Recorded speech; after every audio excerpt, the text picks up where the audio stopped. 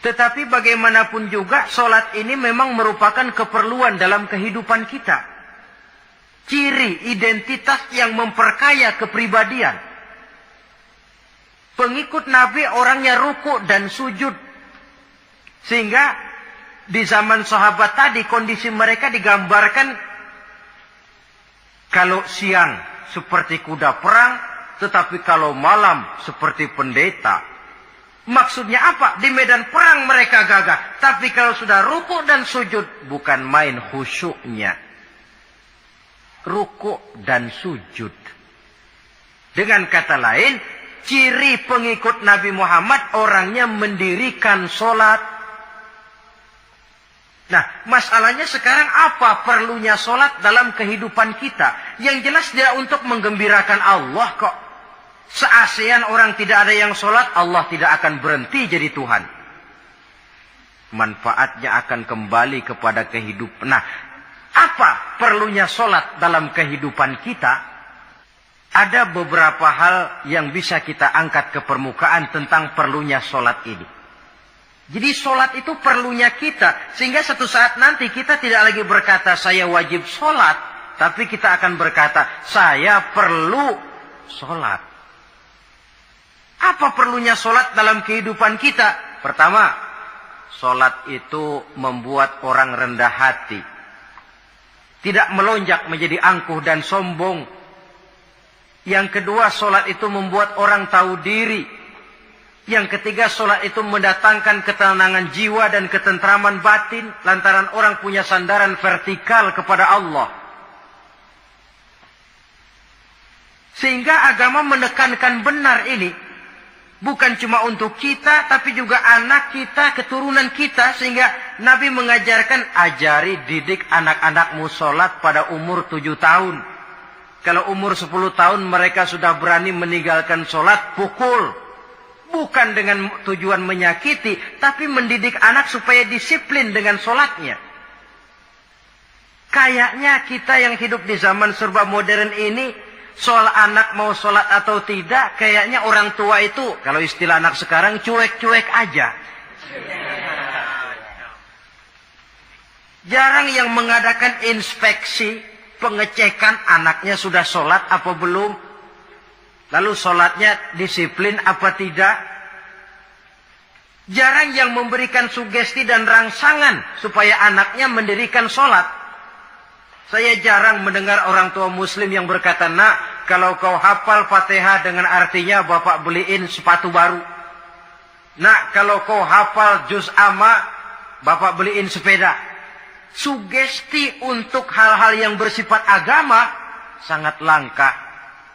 Tapi kalau sudah hal-hal yang bersifat umum, wah, nak, kalau kamu lulus nanti SD ya, kita piknik ke Tangkuban Perahu. Lulus SMP, tur ke Bali. Lulus SMA, piknik ke Singapura. Rangsangan dan dorongan, baguslah itu. Tetapi alangkah akan lebih bagusnya jika untuk hal-hal yang bersifat agama, kita pun sanggup memberikan sugesti, rangsangan dan dorongan kepada anak-anak kita. Sehingga sejak kecil mereka sudah terbiasa dengan sholat. Sejak kecil mereka sudah disiplin dengan sholatnya. Sebab kalau tidak, kayu itu kalau mau dibengkokkan pada saat dia masih kecil.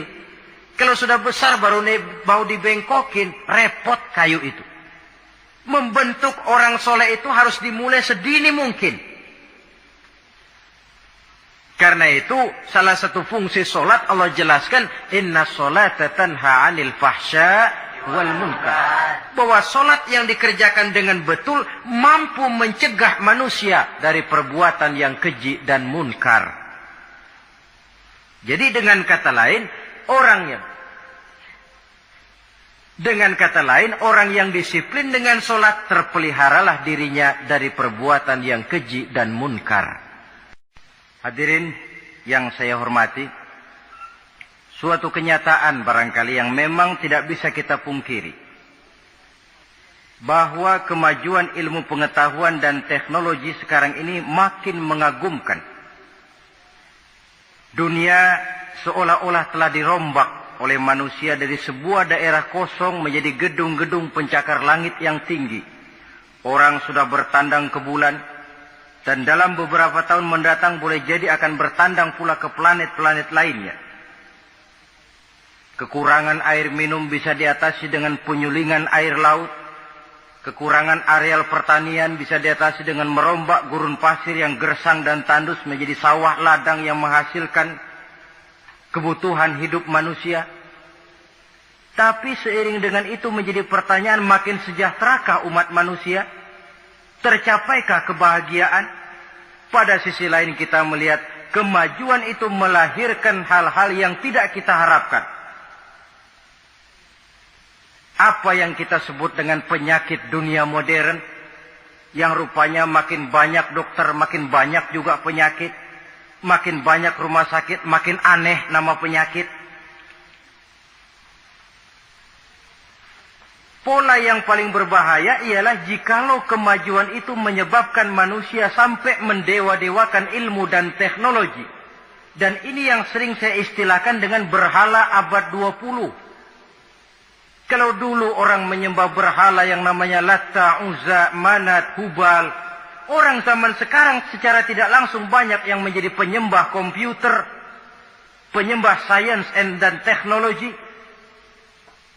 mendewa-dewakan otak, lalu lupa bahwa sepanjang yang bisa dilakukan oleh manusia adalah berusaha dan berusaha, sementara ketentuan mutlak datang dari Allah Subhanahu wa ta'ala. Disinilah perlunya ruku dan sujud, agar manusia tahu benar hakikat dari mana dia datang, di mana dia sekarang, mau apa dia di sini, dan kemana dia akan pulang. Oleh karena itu, pada kesempatan ini saya mengajak, marilah identitas ini kita tegakkan dalam diri kita, menjadi pengikut yang ruku dan sujud di hadapan Allah. Sebab di sana terdapat sumber kekuatan.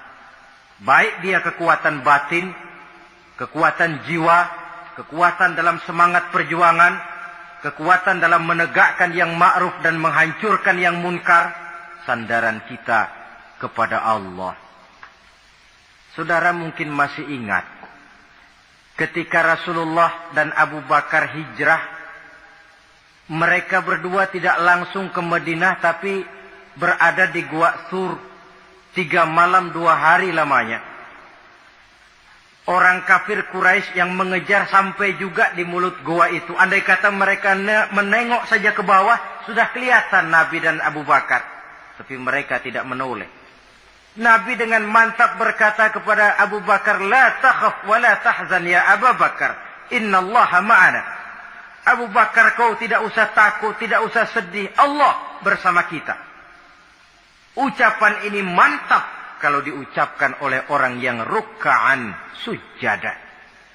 Benar-benar melakukan ruku dan sujud kepada Allah. Mempunyai backing yang tidak kepalang tanggung, yang serba maha. Ya itu kalau memang saudara perlu cari backing, jangan kolonel tanggung. Jangan brigjen tanggung, carilah backing yang serba maha. Maha gagah, maha kaya, maha tahu, maha segala-galanya. Berbackinglah kepada Allah saja. Dengan jalan ruk'an sujada, ruku dan sujud dalam kehidupan ini. Ini identitas yang ketiga. Yang keempat sekarang, pengikut Nabi itu apa tandanya? Yabtaghuna fadlan minallah wa ridwana. Mereka selalu mencari karunia dan keridhaan Allah. Karunia dan keridhaan. Jadi tidak hanya mencari sekedar karunia, tetapi juga mencari ridho. Oleh karena itu seorang pengikut Rasul, di dalam dia berdagang misalnya, dibatasi oleh pertanyaan, cara saya ini Allah ridho apa tidak? Dia cari rezeki, dibatasi oleh pertanyaan, Allah ridho apa tidak? Dia menginginkan jabatan yang tinggi, tapi tetap dalam kerangka pertanyaan, kalau cara ini Allah ridho apa tidak? Sehingga tidak lantas menghalalkan cara. Cara apapun halal asal tujuan tercapai, itu kan caranya PKI. Asal tujuan tercapai, cara apa saja halal. Seorang muslim pengikut baginda Nabi tidak diajar